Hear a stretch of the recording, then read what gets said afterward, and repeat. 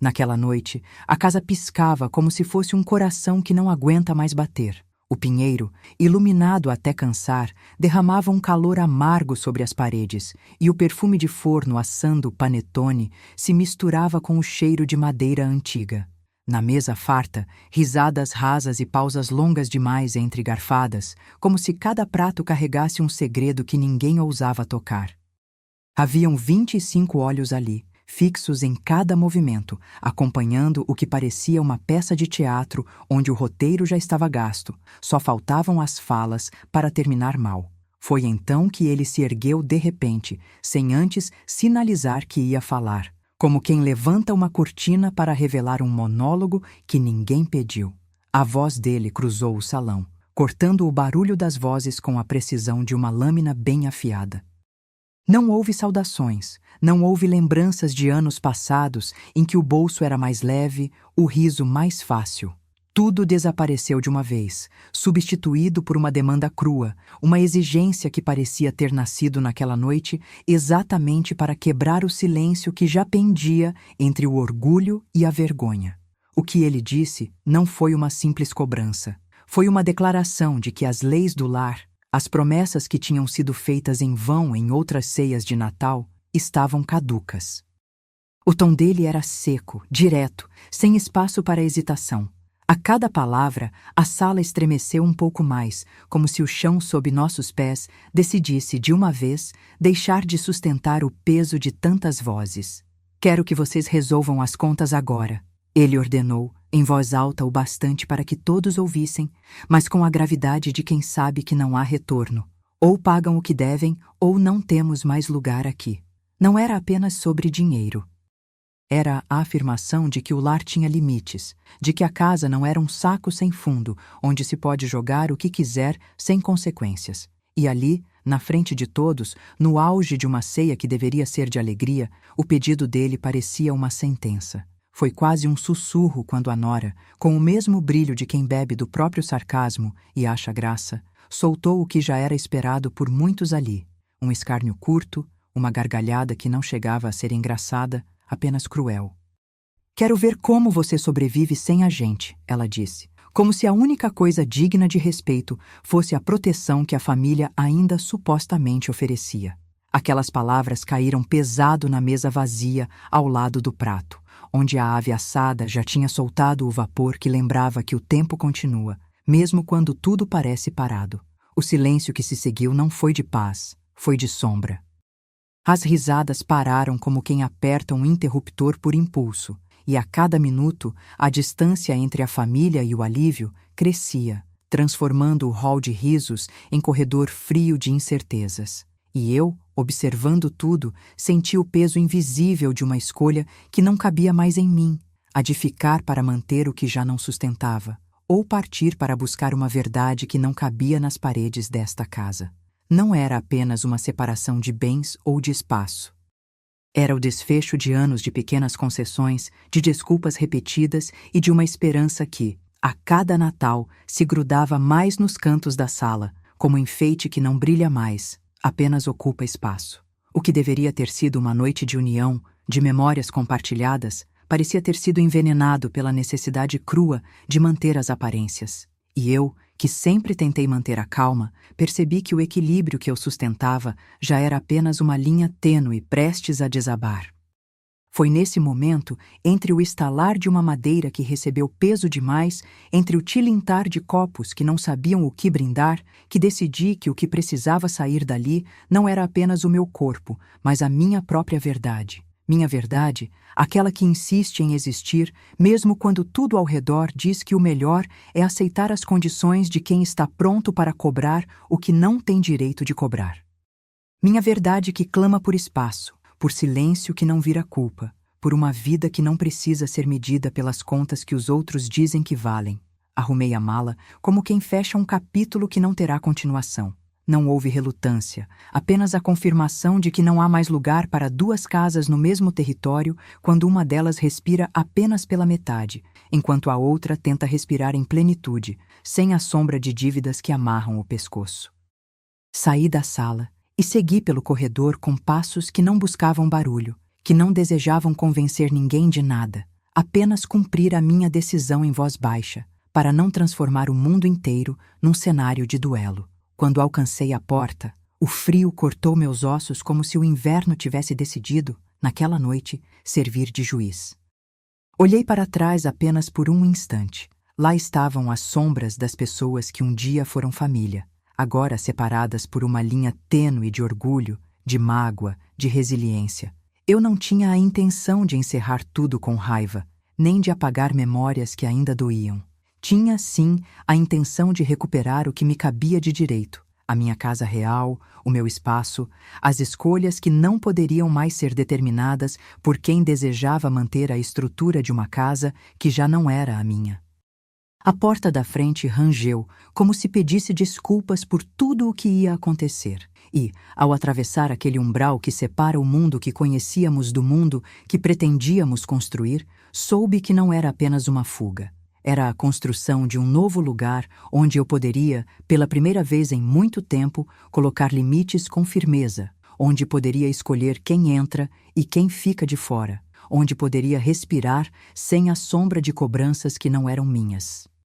Foi ali, na linha entre o que deixei para trás e o que ainda me aguardava, que comecei a entender que a vida não é medição de dívidas, mas uma série de decisões corajosas que nos permitem, finalmente, ser quem somos sem precisar concordar com o que nos prenderia para sempre. E, mesmo com o estalo de cada lâmpada daquele Natal que parecia se apagar de uma vez, uma sensação silenciosa foi surgindo dentro de mim. A certeza de que, se a casa que eu havia construído era verdadeira, ela não precisava de arranjos externos para existir. Que minha verdade, aquela que carregava apenas o peso de minhas próprias escolhas, era suficiente para abrir portas que antes pareciam fechadas para sempre. E assim, com o primeiro passo na direção da minha recentemente descoberta casa, comecei a trilhar um caminho que prometia ser difícil, mas absolutamente meu. A cidade, naquela noite, parecia respirar ao meu lado como um vigilante cansado, que não dorme para proteger, mas para lembrar.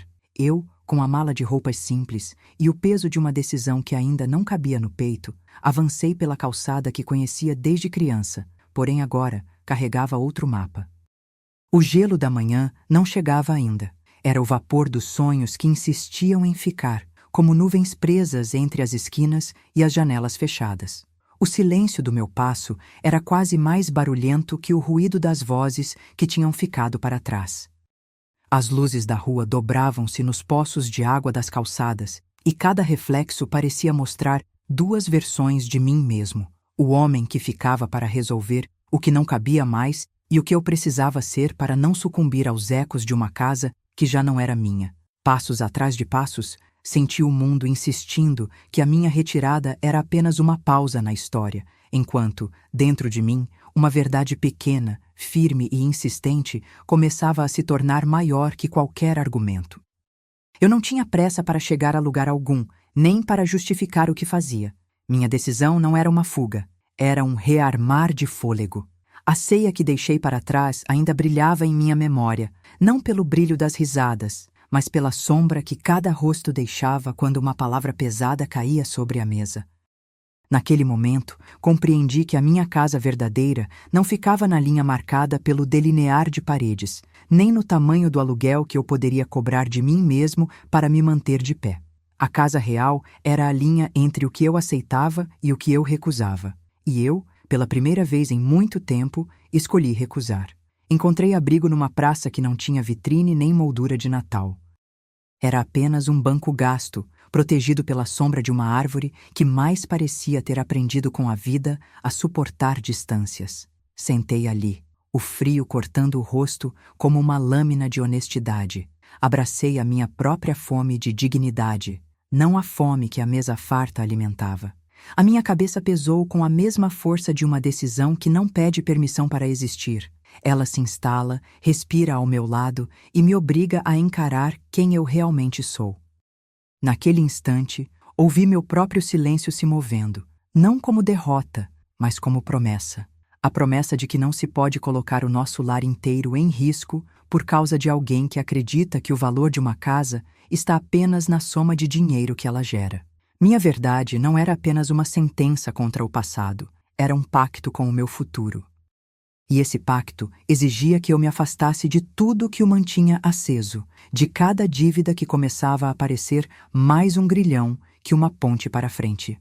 Procurei uma voz que pudesse alinhar meu coração com meus pés. Um amigo da minha juventude, alguém que havia passado por tempestades parecidas, sem que o mundo inteiro tivesse que ver, apareceu em meus pensamentos como um sinal, aquele que sabe o peso de abandonar uma porta fechada sem chutá-la, apenas porque ela não leva mais a lugar algum.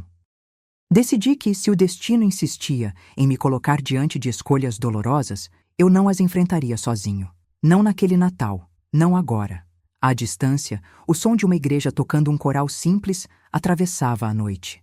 As vozes se cruzavam com o vento e formavam uma canção de resistência que me levou a sorrir pela primeira vez de verdade desde que saí. Não era alegria, era a confirmação de que a vida continua, mesmo quando parece que tudo que nos define deve ser arrastado para trás por uma dívida que não é nossa. E ali, entre o gelo que não se derretia e as sombras que não se curvavam, entendi que minha casa real seria construída passo a passo, com escolhas que eu mesmo poderia medir, sem a necessidade de pedir permissão para existir. Voltei a andar, não na direção da velha casa, mas em direção a um espaço pequeno que poderia me acolher por enquanto. Um quarto simples, alugado por horas, onde o aluguel não era uma pressão, mas uma condição para permanecer com dignidade. O lugar tinha paredes que pareciam ouvir, uma cama que cabia apenas o essencial e uma janela que deixava passar a lembrança da cidade sem exigir que eu me esquecesse de quem eu era. No silêncio daquele quarto, deixei meu coração falar baixo comigo, sem ruídos de juramentos que não cabem ao presente. Ali, pela primeira vez, contei para quem precisava ouvir que minha tentativa de manter duas casas no mesmo corpo tinha chegado ao fim. Não foi com gritos nem com promessas vazias, mas com a aceitação de que o que eu mereço não cabe em uma soma de custos que alguém impõe para manter a família em pé. O que eu mereço é simples: um lugar onde eu possa respirar sem a sombra de dívidas, um espaço onde minhas escolhas não sejam calibradas pela possibilidade de punição, e uma vida que se apresente para mim, não como um castigo, mas como um presente que eu me permito abrir. À noite, deitado na cama, ouvi pela primeira vez o som da minha própria respiração sem a pressa de atender a uma urgência que não era minha. E ainda que a solidão pesasse nos ombros, havia ali uma certeza suave. Amanhã seria um dia para alinhar o que havia restado com o que eu ainda poderia construir. Minha nova casa não era o preço que eu pagaria para manter as aparências. Era o espaço que eu criava para caber meu próprio futuro, com as portas abertas para quem realmente entraria com respeito, sem pedir nada que eu não pudesse oferecer. Os dias seguintes se enrolaram como serragem sob a porta de madeira velha da minha nova casa, ou melhor, do novo espaço que eu chamava assim porque ainda não havia paredes que pudessem compreender o meu tamanho real. A sala era pequena demais para o tipo de sonho que eu carregava. O quarto, ainda menor, parecia respirar comigo quando eu fechava a porta e o mundo lá fora ficava apenas em silêncio, como se soubesse que ali dentro alguém decidira não vender a própria paz por mais uma noite de apelos e cobranças. Eu acordava cedo, antes do barulho dos ônibus, antes do primeiro sinal de Marina, a menina da lombada que empurra o carrinho de mão para entregar jornais, antes do próprio corpo entender que aquele não era mais o lugar onde eu deveria caber. As primeiras tarefas foram simples e, de certa forma, brutais pela sua simplicidade. Lavar uma caneca, moer o café, aquecer água para fazer o chá que poderia aquecer as mãos quando o vento soprava pelas frestas. Fui traçando em um caderno barato uma espécie de mapa mínimo do meu novo lar, não com a pretensão de ser grandioso, mas com a firmeza de quem sabe que cada centímetro de espaço precisa ser conquistado. Anotei cada gasto, cada centavo que entrava ou saía, cada decisão que poderia desenhar uma linha entre a dignidade e a desgraça da dependência. A necessidade, de repente, tinha a forma de um cálculo, e o cálculo, quando é honesto, não perdoa. Logo pela manhã, deixei o quarto sem janelas que contassem qualquer segredo. Atravessei o corredor estreito e desci as escadas que rangiam como se gargalhassem de mim. de como eu havia decidido me colocar entre dois mundos sem pedir permissão a ninguém. A cidade parecia acordar comigo, com o ruído distante de um trem que passava por dentro dos nervos das pessoas, como se cada linha de ferro falasse de respeito, de consequências, de não deixar que a vida fosse apenas mais uma sequência de dias sem sentido.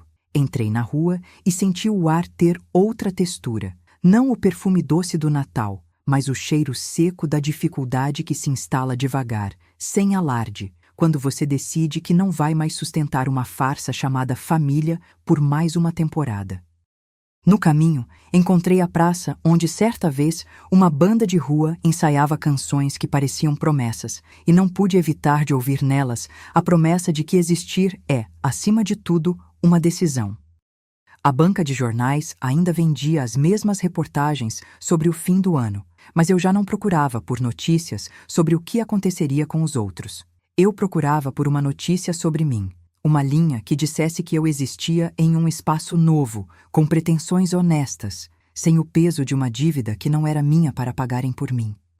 Comprei um pão simples e, com a dignidade de quem não precisa provar nada a ninguém, sentei em um banco para observar a vida passar sem que eu fizesse parte daquela coreografia de cobranças. À tarde, fui à biblioteca pública, onde o silêncio é um manto que protege o que resta de coragem nas pessoas. Li histórias de quem rompeu com estruturas para erguer um próprio abrigo. Li relatos de pessoas que aprenderam a colocar limites na própria história sem sentir que estavam traindo alguém. Não havia truques ali, apenas testemunhos de quem havia trocado a fala de cobrança pela fala de cuidado consigo mesmo. Saí com uma mão cheia de títulos e uma cabeça cheia de perguntas. Como sustentar o novo espaço sem que ele se torne uma fortaleza de orgulho cego? Como equilibrar a distância necessária com a memória que ainda queima na pele? Como uma cicatriz que não quer desaparecer. À noite, eu escrevi uma carta que não enviei a ninguém, mas que serviu como uma bússola para a minha pele cansada. Nela, descrevi o que significava para mim abandonar a antiga casa sem raiva, apenas com a clareza de quem percebe que o preço da sobrevivência é diferente de cada vez que os outros dizem que é correto pagar. Escrevi que minha casa real não se encontrava em paredes, nem em quartos que possam ser alugados por horas, mas em escolhas que me permitem respirar sem o peso de dívidas morais que não eram minhas. A cada linha, ficava mais claro que a distância, por mais dolorosa que parecesse, era o terreno onde eu começaria a construir o que ainda não tinha forma. Mas à noite, como uma velha conselheira, trouxe uma lembrança que não estava no caderno nem nos relatos das estantes da biblioteca. O som de uma risada que não era bem-vinda, a voz do meu filho que, de tão alto, parecia querer alcançar o teto com a sua própria arrogância. Não havia retorno possível a esse ponto, eu sabia, mas havia uma pergunta que ainda precisava de resposta. Até onde eu iria para manter um futuro que não dependesse da rendição dos meus próprios limites? Foi quando, ao fechar a porta do quarto, encontrei uma mensagem simples no celular de alguém que, apesar de tudo, ainda preferia manter uma linha de compaixão aberta. Se precisar de ajuda, eu estou aqui. Não era a família que eu tinha deixado para trás. Não era a casa onde o cachorro levantava a pata para cumprimentar a alguém. Era uma porta, simples e direta, que pedia apenas uma coisa: a minha honestidade para com a própria vida. A cada amanhecer, o peso de ter escolhido um caminho diferente se tornava menos um fardo e mais uma responsabilidade que eu assumia comigo mesmo. Não era uma promessa de que tudo seria fácil. Era a promessa de que eu não abandonaria quem eu era por uma etiqueta qualquer, de filho, pai, avô ou marido, que não me cabia mais. A nova casa, ainda sem paredes, já começava a se desenhar na mente como um mapa de possibilidades. Uma cozinha simples para cozinhar o básico, sem a ansiedade de que cada prato deva virar grande celebração. Uma cama que não precisasse ser compartilhada com o peso de uma dívida que não era minha, um espaço de trabalho que pudesse crescer aos poucos com a minha coragem, sem a pressa de provar que eu valho mais do que o meu saldo bancário. No entanto, o medo não some apenas porque se fecha uma página de caderno ou se assina uma nova decisão. O medo se rearruma, procura novas frestas, tenta nos lembrar que o mundo é grande o bastante para nos engolir na primeira falha. E ainda assim, ali, Naquela sala que ainda não sabia o que seria, eu ouvi meu próprio silêncio se tornar defesa, não de raiva, mas de uma firmeza que pode sustentar dias difíceis. Concluí então que o preço da liberdade não é a ausência de lágrimas, mas a disposição de chorar com a cabeça erguida, sabendo que cada lágrima lava um pouco da sujeira que o passado deixou em mim. Quando a noite caía pela segunda vez, eu desliguei o micro-ondas, deixei de lado o caderno, a caneca, o pão. Fiquei de pé diante da porta, olhando para o nono mundo que se abria lá fora, respirando o ar que cheirava a chuva prometida. A cidade, com seus passos apressados e seus prédios que pareciam tocar as estrelas de tão iluminados, parecia confirmar que eu tinha escolhido o lugar certo. Não aquela casa antiga que exigia mais do que podia oferecer, mas o espaço que eu mesmo criava para caber sem me perder. E mesmo nessa noite, com o sonho ainda por nascer, senti pela primeira vez a tranquilidade de não ter que explicar a ninguém o que eu fazia com o meu próprio futuro. A explicação estava dentro de mim, e essa era o suficiente para caminhar adiante. Naquela manhã cinzenta, o silêncio do novo quarto parecia respirar comigo, como se cada respiração minha criasse um espaço entre o que era antigo e o que ainda não tinha forma. Levantei antes do barulho dos ônibus, antes mesmo de a cidade abrir os olhos para o próprio cansaço. A chaleira assobiou, o vapor subiu, e eu me vi contando pela primeira vez, com a precisão de quem não pode se permitir sair devendo, cada centavo gasto na construção daquele abrigo que ainda não tinha paredes, mas já tinha uma promessa. O mapa do meu novo lar ganhava linhas no caderno barato. Aluguel, contas, comida, transporte, um excedente mínimo para emergências. Não era ambição, era alicerce. Descia para a cozinha e preparava o café com o ritual de quem aprendeu a domesticar o peso do mundo em uma xícara. Água fervia, o pó caía, o cheiro amargo invadia o ar e eu me sentia, pela primeira vez em muito tempo, responsável apenas por uma escolha que não dependia da aprovação de ninguém. Não havia ninguém para me cobrar, apenas o silêncio que me lembrava que cada decisão precisava estar alinhada com o que eu ainda era. Não o que eu poderia ter sido, nem o que a casa antiga, com suas dívidas morais, tentava medir em meu nome. A cada gole, a minha confiança crescia devagar, como uma vela que se acende sem que ninguém veja, mas cuja luz já alcança o canto esquerdo da sala.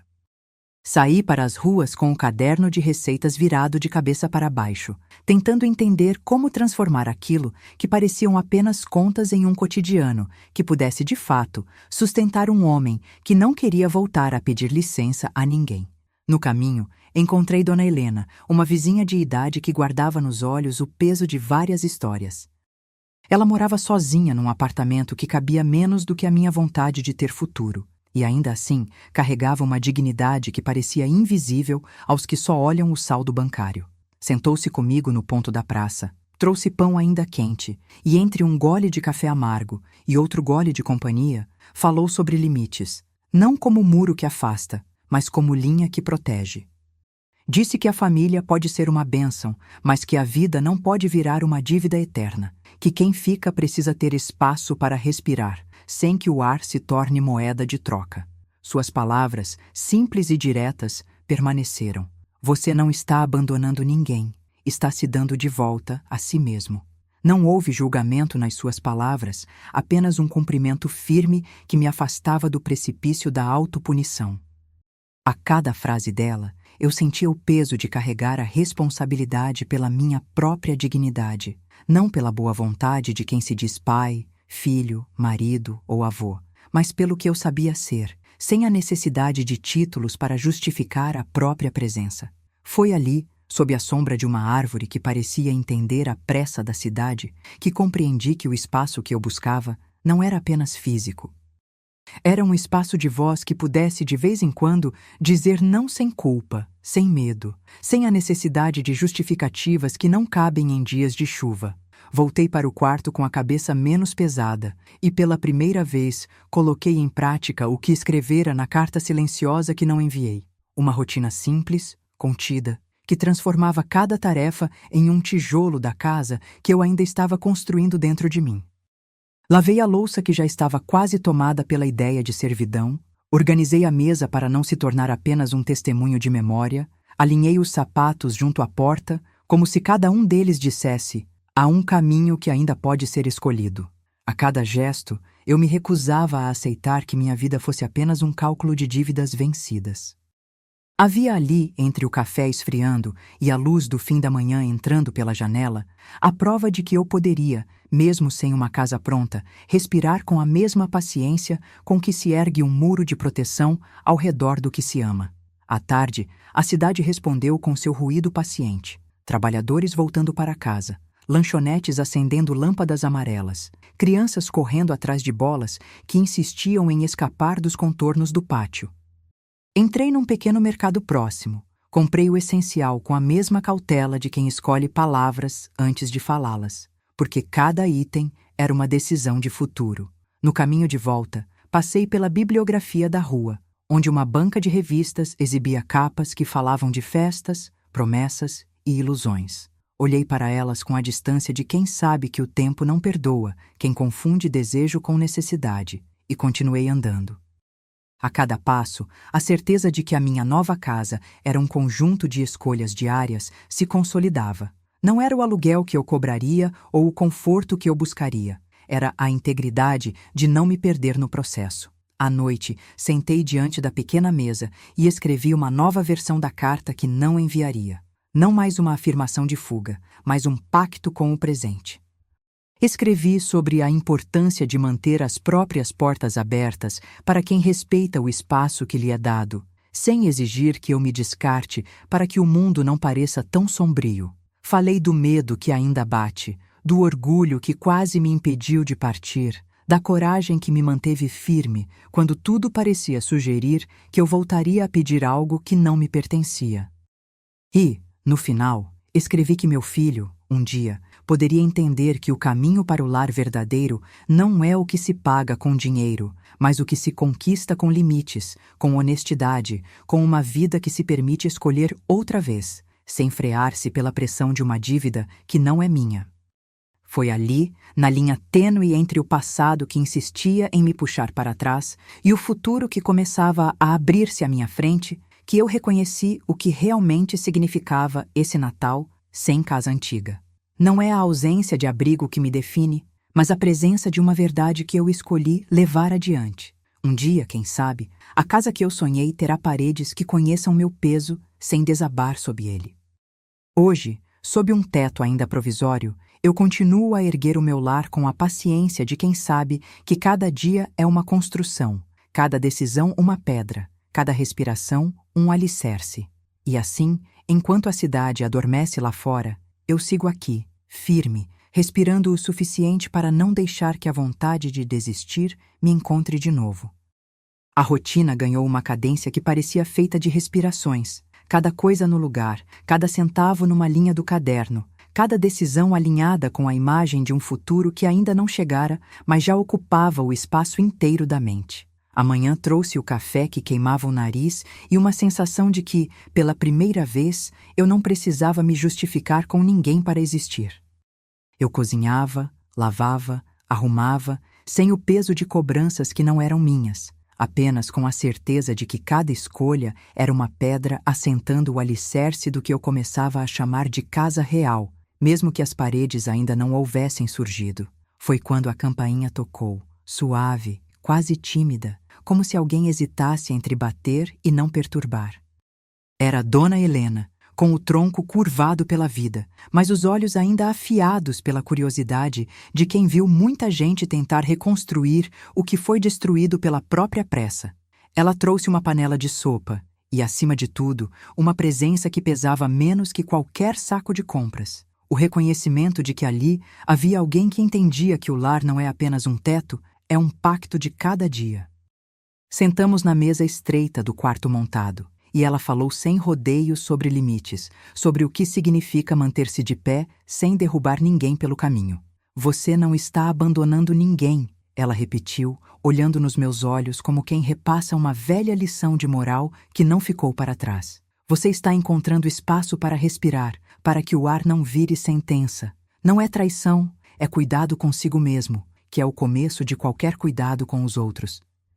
Suas palavras, simples como o pão ainda tostado no forno, entraram pela porta entreaberta e encontraram um lugar em minha garganta que já não aceitava o peso da necessidade alheia dominando a minha vida. Eu sorri, não de alegria fálica, mas de uma compreensão lenta, que vinha como o nascer de uma linha de horizonte que antes não se via. Dona Helena não tinha resposta para meus medos, só oferecia a moldura estável de quem sabe que a dignidade não é luxo, é condição. À tarde, o mundo lá fora parecia ter ganho novas cores, ainda que a cidade continuasse a andar igual. Passos apressados, mercadorias empilhadas nos mercadinhos, vitrines que prometiam aquecer o peito com promessas de soluções rápidas. Entre uma escola de música imaginária e uma banca de jornais que comentava o tempo, encontrei uma pequena oportunidade, um trabalho de meio período, fora do meu campo, mas que pagaria contas com dignidade, mexer com entregas simples, organizar caixas, manter o espaço limpo. Não era glamour, era a minha chance de provar que a minha casa real não dependia de grandes saldos, mas da minha capacidade de manter a palavra dada a mim mesmo. Enquanto isso, a lembrança do meu filho continuava a me visitar, não com fúria, mas com a distância que a vida impõe quando se escolhe andar para a frente. Não havia voltas rápidas, não havia promessas fáceis. Ainda assim, havia uma linha clara no meu peito. Se eu pudesse sustentar esse novo eu aqui, quem sabe um dia a relação pudesse respirar também, sem o peso da cobrança que se tornou malsono. Não era sentir pena de ninguém, nem ódio de si mesmo. Era apenas a aceitação de que o presente precisa ser protegido para que o futuro não seja um retorno ao que machucou. À noite, sentei diante da janela, que deixava passar o barulho da cidade como se fosse uma música cessante.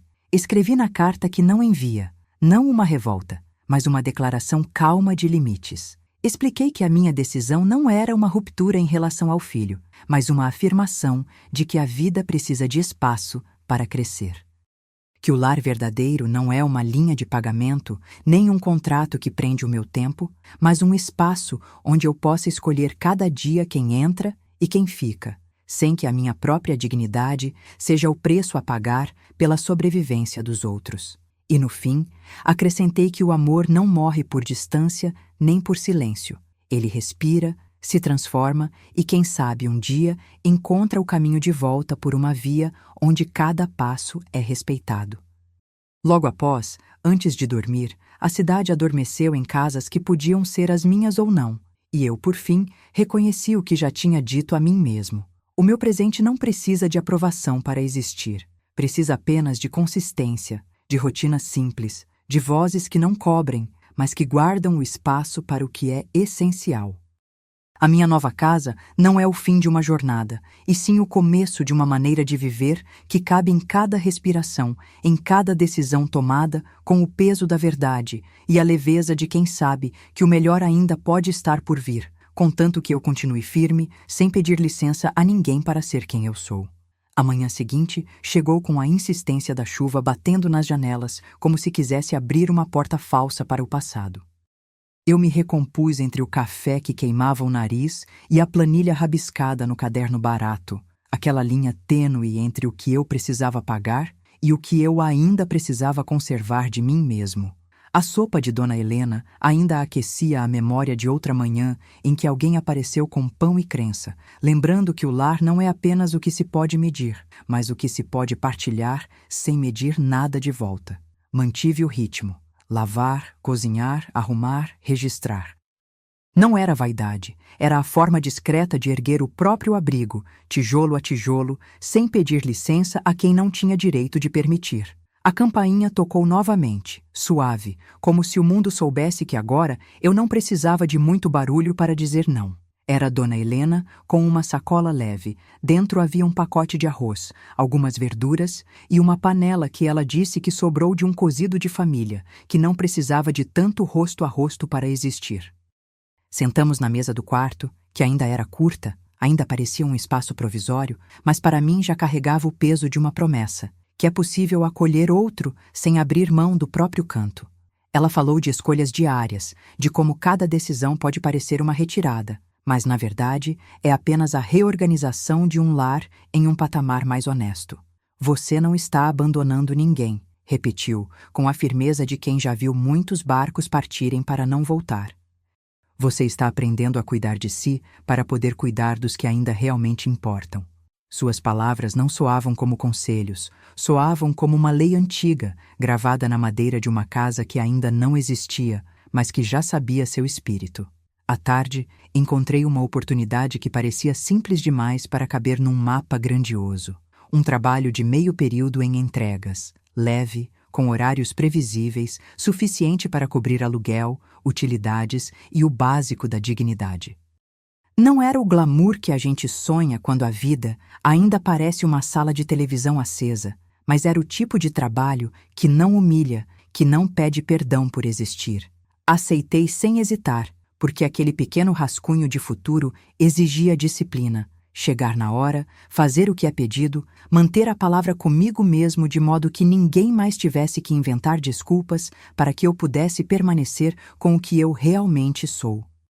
O dinheiro que entrava não comprava grandes paisagens, mas compunha a textura de uma casa real que eu poderia chamar de minha, ainda que fosse apenas um quarto, ainda sem paredes, ainda sem o teto que protegesse meus pensamentos.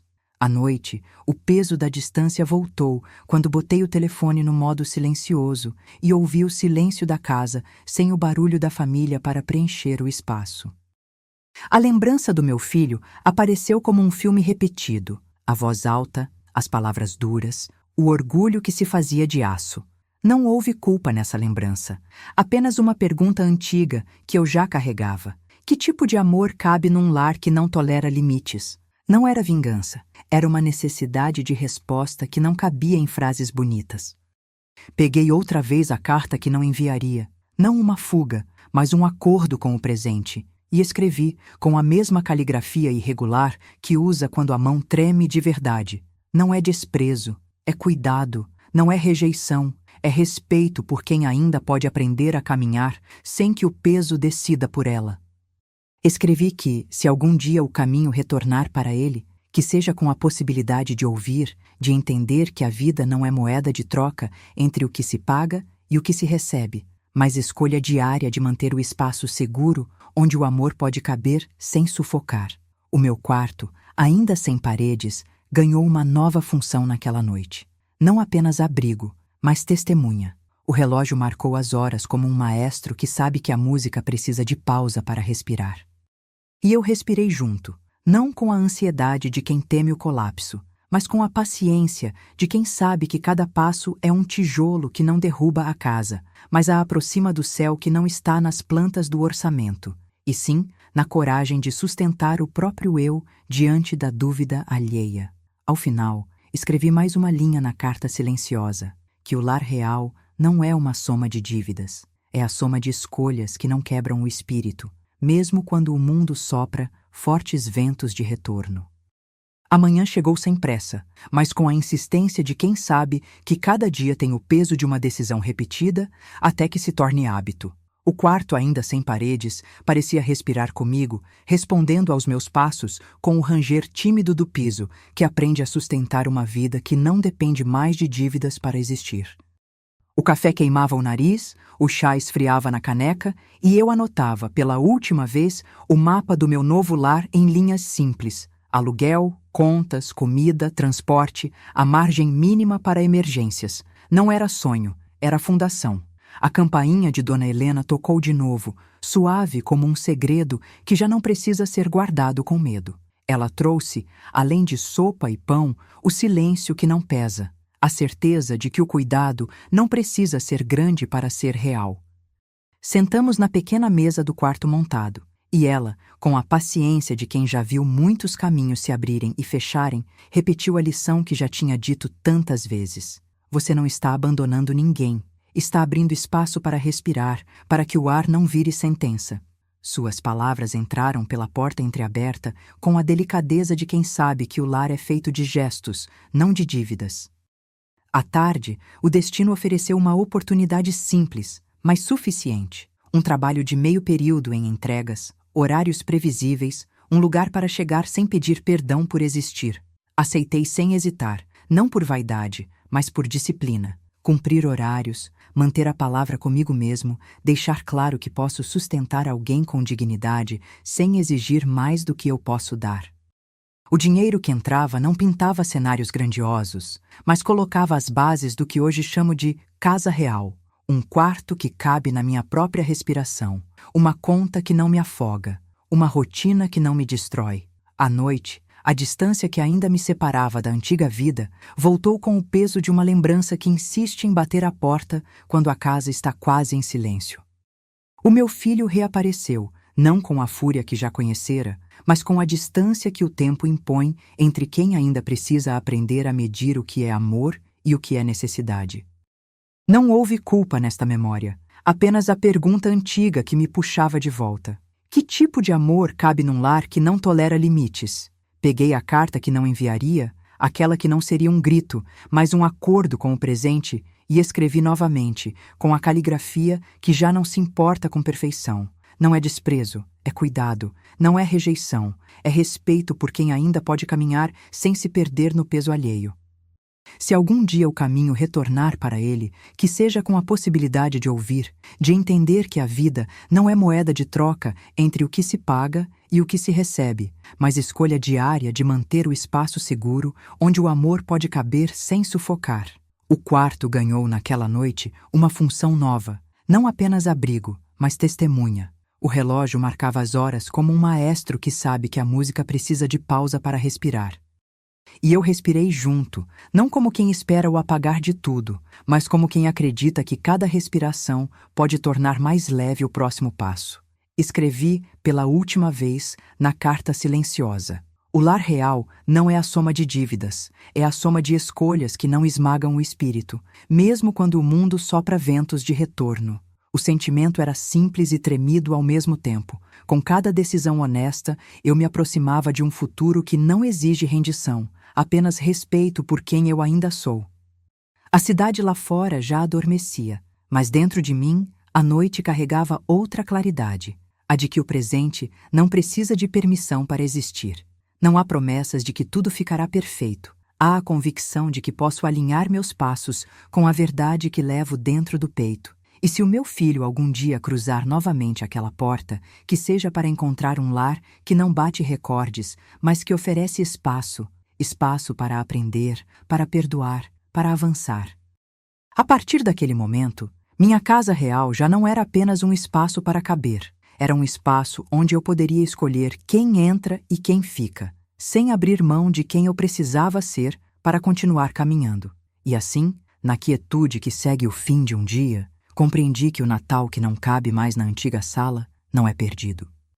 É renascido em cada decisão tomada com dignidade, em cada madrugada em que as contas passam a ter um significado diferente e em cada respiração que não pede licença para existir. Não me resta prometer nada aos outros que não caiba no meu próprio coração. Restam apenas as escolhas diárias que constroem, tijolo a tijolo, o espaço onde o amor pode, enfim, caber sem sufocar.